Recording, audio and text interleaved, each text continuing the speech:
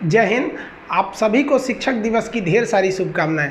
आज के दिन हम भी अपने सारे शिक्षकों को नमन करते हैं जिन्होंने हमें पढ़ा लिखा कर इस काबिल बनाया कि आज हम यहाँ तक हैं। बहुत सारे शिक्षक हमारे बीच हैं और हमारे बहुत सारे शिक्षक और आपके भी शिक्षक जो अब इस दुनिया में नहीं, उनका स्वर्गवास हो गया। हम सबको नमन करते हैं कि किसी भी ज़िंदगी को देखिए, माँ बाप ज़िंदगी दे देते हैं, शिक्षक नहीं देंगे तो फिर वो ज़िंदगी नहीं रह जाएगी।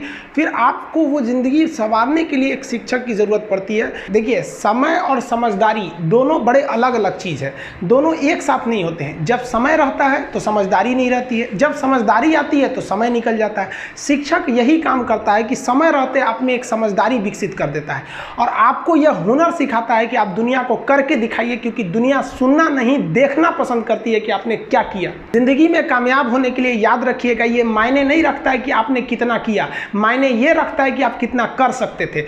जब लंका में पुल बनाया जा रहा था पत्थरों को जोड़ कर सीता माँ को लाने के लिए, तो बंदरों के साथ साथ गिलहरियां भी वहां पत्थर भर रही थी। तो इन सब से कितना पत्थर ही उठेगा। एक बंदर आया तो उठा के फेंक दिया गिलहरी को कि भाग यहाँ से, तो इतनी पत्थर बीच में ला रही है।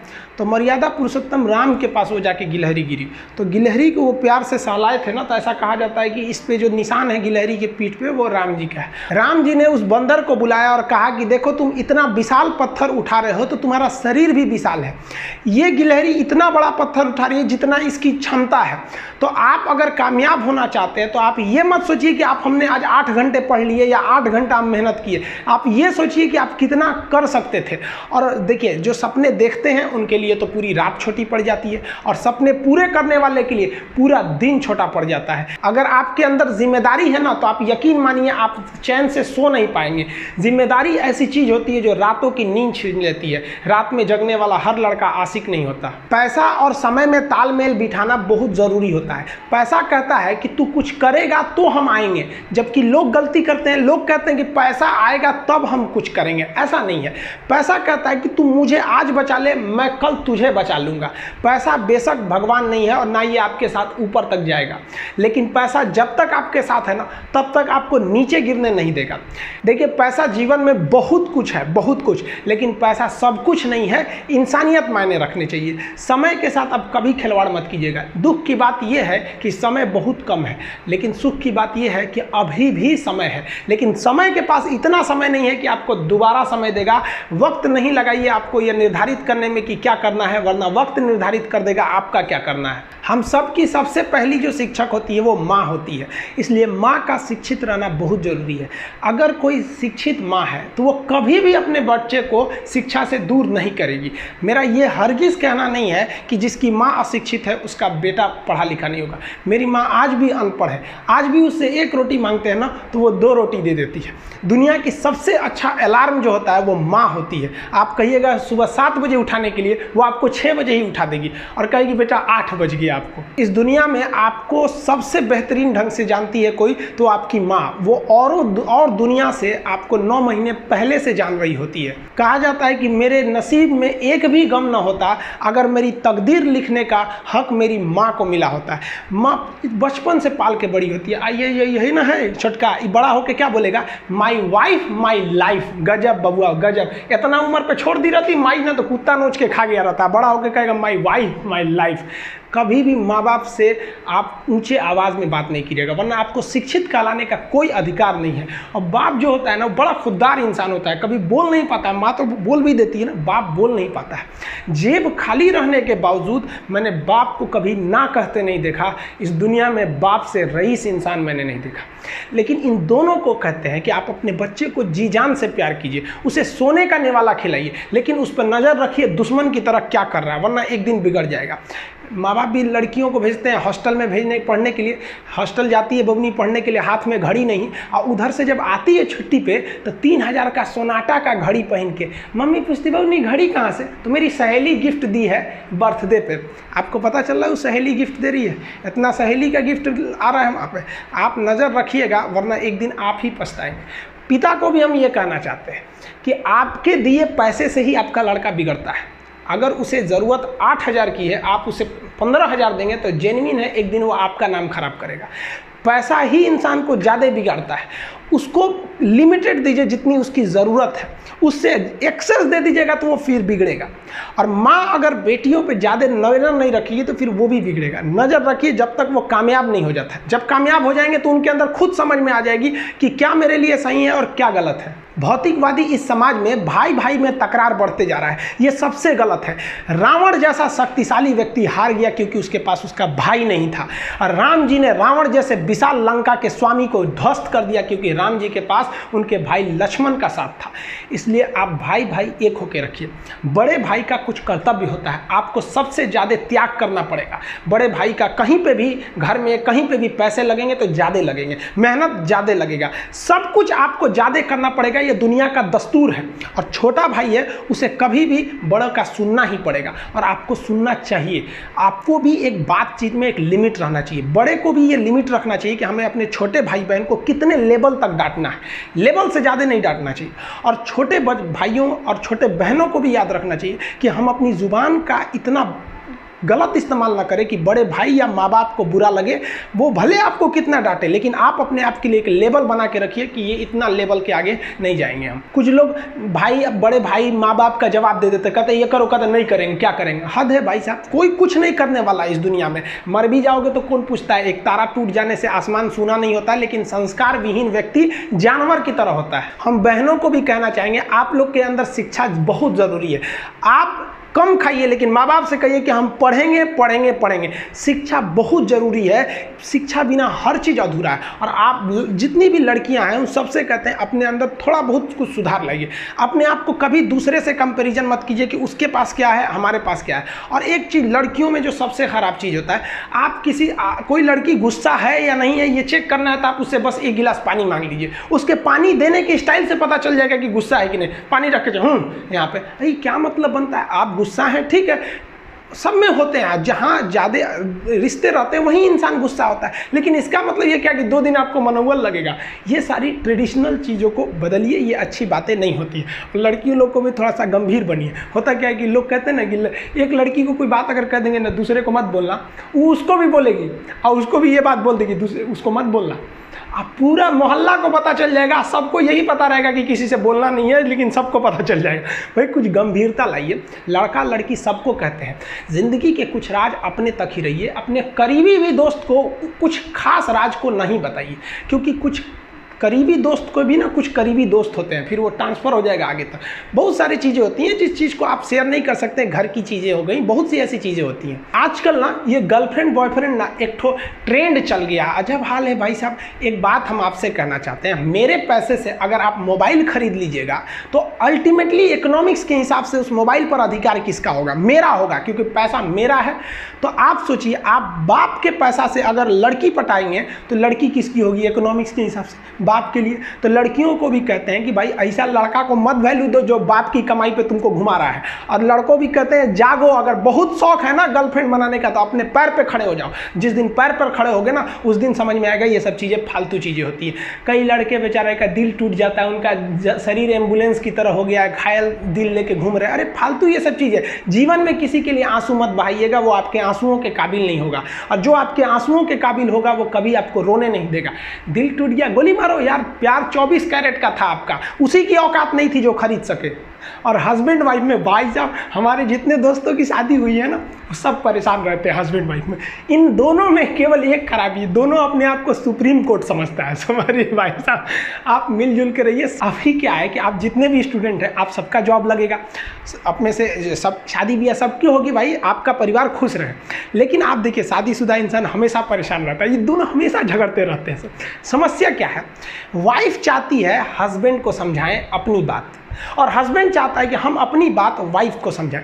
भाई आप दोनों से कहना चाहते हैं, आप कोशिश करिए ये क्या कहना चाहते हैं इनकी बातों को आप समझ जाइए, और आपसे कहते हैं आप अपनी बात मत थोपिए, इसकी बातों को समझिए। होता क्या है, लड़कियों को लगता है कि इनका हस्बैंड बाहर करता क्या है, ऐसे पैसा बरसता है पेड़ पे से हिला के लेके चला। ऐसा नहीं है भाई, बाहर निकलिए फिर समझ में आता है ये कि बाहर जो आपके पिताजी या फिर आपके हस्बैंड या जो भी कमा के लाता है उसको कितना मेहनत होता है। और आदमी लोग को क्या लगता है घर में तो कोई काम ही नहीं है, उठो नाश्ता बनाओ। अरे भाई साहब, झाड़ू लगाने से सही नाश्ता बन तो जरूर जाता है, फिर उससे पहले कितनी तैयारियां करनी रहती है, कहाँ कौन सा सामान है, एक दिन बना के देखिएगा फिर समझ में आ जाएगा, फिर सब लोग खा लिए फिर उसको साफ करो।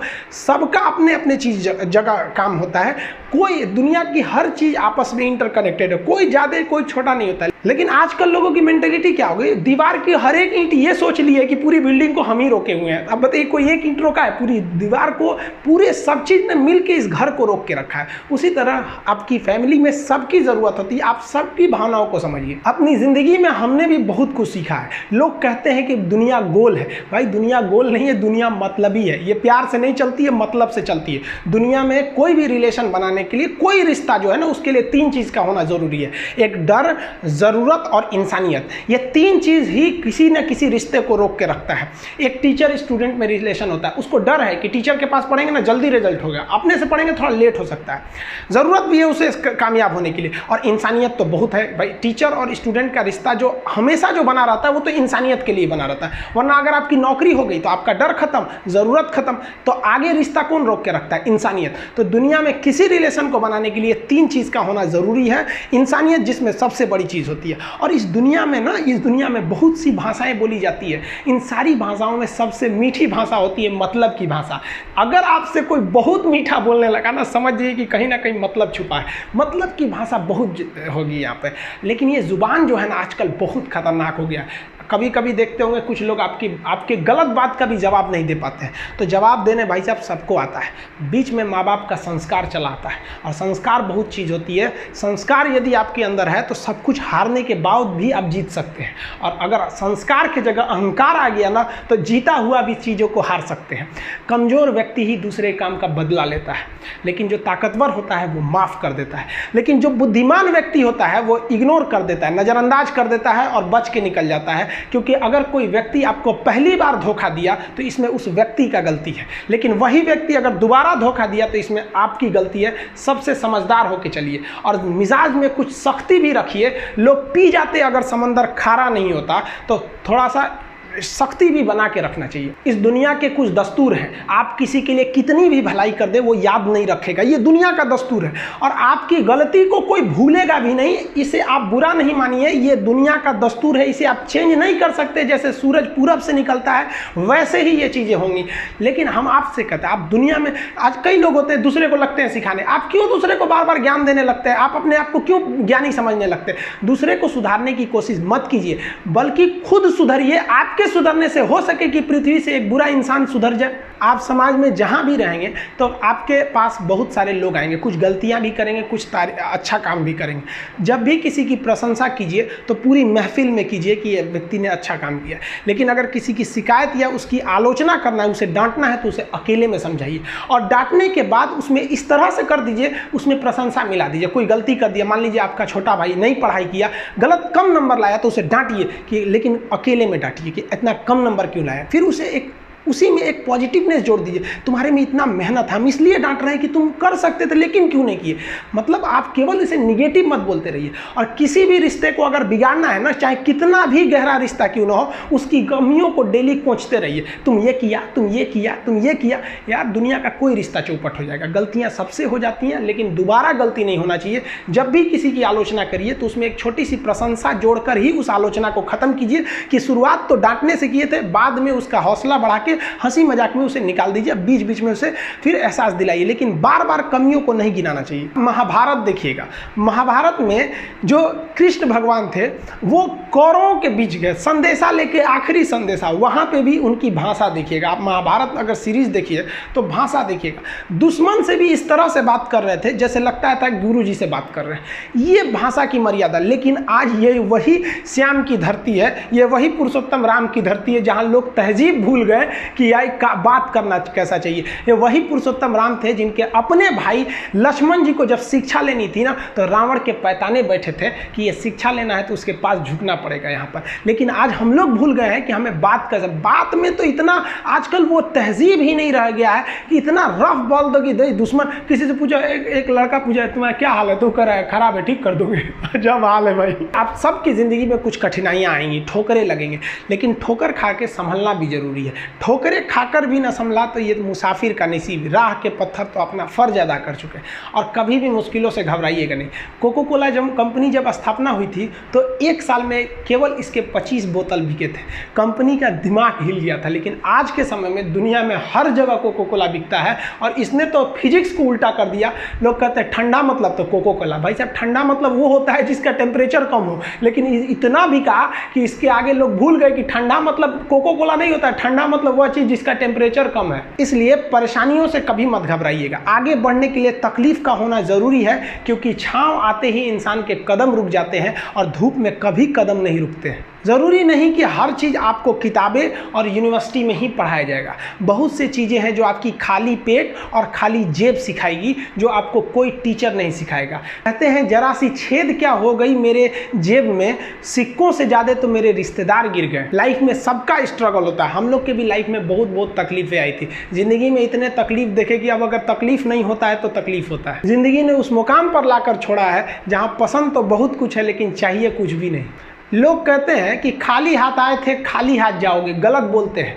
लोग भले खाली हाथ आते हैं लेकिन जब जाते हैं तो अपने साथ कुछ संस्कार, कुछ यादें छोड़ जाते हैं। एपीजे अब्दुल कलाम खाली हाथ तो आए थे, क्या खाली हाथ गए? हमारे जितने देश के लोग हैं उन देशवासियों के लिए एक प्रेरणा के स्रोत बन गए हैं। लेकिन अगर आप खाली हाथ आते हैं और खाली हाथ चले जाते हैं तो आपका पुरुष योनि में जन्म लेने का कोई अर्थ ही नहीं बना। अपनी मंजिल को भुलाकर जिया तो क्या जिया, है दम तुझ में तो उसे पाकर दिखा। लिख दे खून से अपनी कामयाबी की कहानी और बोल उस किस्मत को कि है दम तो मिटा के दिखा।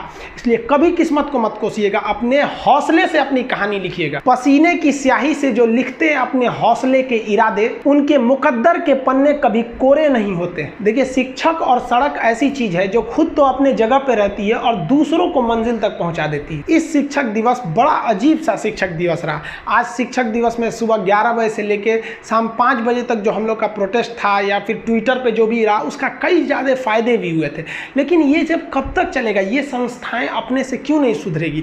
आखिर इस देश के साथ ऐसा क्यों हो रहा है कि जब हम शिक्षकों को, हर एक शिक्षक, कोई ऐसा शिक्षक नहीं है जो नहीं आया हो, लगभग हर एक शिक्षक, हर एक स्टूडेंट इस प्रोटेस्ट में भाग लिए। ये डिजिटल जो प्रोटेस्ट था ये भी सफल रहा। इसके बदौलत हुआ, एसएससी ने कहा कि हम अपना रिजल्ट शो करेंगे, रेलवे ने, एनटीपीसी ने कहा कि हम भी अब एग्जाम लेंगे लास्ट में, इस साल के लास्ट तक में हुआ। लेकिन ये अब तक कहाँ सोए थे? अगर युवा इस देश का नहीं जागा रहता तब तो आप सोए रहते। युवाओं, आप जागो, जितने स्टूडेंट हैं आप जागो। आपको हम बताए भी थे, हमेशा बोलते हैं अधिकार कभी मांगने से नहीं मिला, इसे छीनना पड़ेगा। और धन्यवाद देते हैं हम लोग ये जो व्हाट्सएप, फेसबुक, ट्विटर, ये सब जो आए, ताकि सरकार जो थी यहाँ तक बात अब इजीली पहुँच जाती है। नहीं तो वही हो जाता, मध्य प्रदेश में बेचारे भोपाल में लड़कों पर लाठी चार्ज कर दिया गया, यहाँ पर पुलिस वाले लाठी चार्ज कर दिए। याद रखना, लाठी चार्ज करने वाले पुलिस वालों, एक दिन आएगा जब आपके बच्चे भी ना ऐसे ही सड़क पर लाठी खाएंगे नौकरी के लिए, फिर आपको याद आएगी कि जब युवाओं ने अपना अधिकार मांगने आया था तो आपने किस तरह उन पर लाठियां बरसाई थी। आप देखेंगे स्टूडेंट्स के साथ एकदम खिलवाड़ मचा के रख दिया गया। स्पेशली 2016-17 के बाद देखेंगे तो हर एक संस्था चौपट हो गई। एसएससी जो थी 2016 तक तो बहुत बेहतरीन काम की, 17 तक भी बहुत बेहतरीन काम की, उसके बाद तो चौपट हो गया यहाँ पर। चाहे वो रेलवे हो, IBPS हो, कोई संस्था हो। यूपी में देख लीजिएगा तो PCS का देख लीजिए, सबऑर्डिनेट का देख लीजिए, लेखापाल देखिए, पुलिस डिपार्टमेंट, दरोगा की वाली, सब चौपट है। मध्य प्रदेश वाले आप लोगों ने तो और काम किया कि भाई बाहर के लोग मध्य प्रदेश का फॉर्म नहीं भर पाएंगे। मध्य प्रदेश के लड़के, ये आप सोचिए आपके साथ एक तरह का एक अपराध किया जा रहा है, आपको दूसरे लड़कों से अलग किया जा रहा है। इस समय भोपाल में जब लाठीचार्ज हुई स्टूडेंट के ऊपर, पूरे हिंदुस्तान के टीचर और स्टूडेंट आपके साथ खड़े थे। लेकिन आपकी गवर्नमेंट क्या चाहती है कि एक ऐसा नियम बनाए कि बाहर का लड़का मध्य प्रदेश में आके फॉर्म नहीं भरेगा, कि जब हम इन्हें पीटेंगे, कूचेंगे, नौकरी नहीं देंगे तो बाहर का कोई भी व्यक्ति आपके साथ आवाज़ नहीं उठाएगा। ये आपको एकदम बेहतरीन ढंग से फंसाया जा रहा है। आप कोई भी गवर्नमेंट उठाइए, किसी भी पार्टी की गवर्नमेंट उठाइए, आप राजस्थान, मध्य प्रदेश, यूपी, बिहार, झारखंड, पश्चिम बंगाल, इतने दूर में आपको कई पार्टियां मिल जाएंगी। केंद्र में भी देख लीजिए, कहीं भी किसी को स्टूडेंट से कोई मतलब नहीं रहता है। 60 मिनट में 100 क्वेश्चन बनाने वाले विद्यार्थियों के भविष्य को ये अनपढ़ अनपढ़ नेता कुचल के चले जाते हैं। बिहार में जो वैकेंसी निकाली गई 2015 के चुनाव के लिए, तो एक बार वैकेंसी निकालेंगे हम चुनाव जीतने के लिए, अब जीत जाएंगे तो अगला चुनाव उसी हिसाब से जीत जाएंगे कि भैया अब हम इसका एग्जाम लेने वाले हैं। बहुत से लोगों को तो पता है, कई एक लड़का कह रहा था कि सर आपका हम वीडियो देखे तब पता चला कि अभी रेलवे का एग्जाम नहीं हुआ है, हमको लगा कि हो गया है। सोचिए ये हाल हो गया कि उसको लगा कि गलती से उसका छूट गया, रेलवे तो अब तक एग्जाम ले ही ली होगी, अब जागी है नींद से।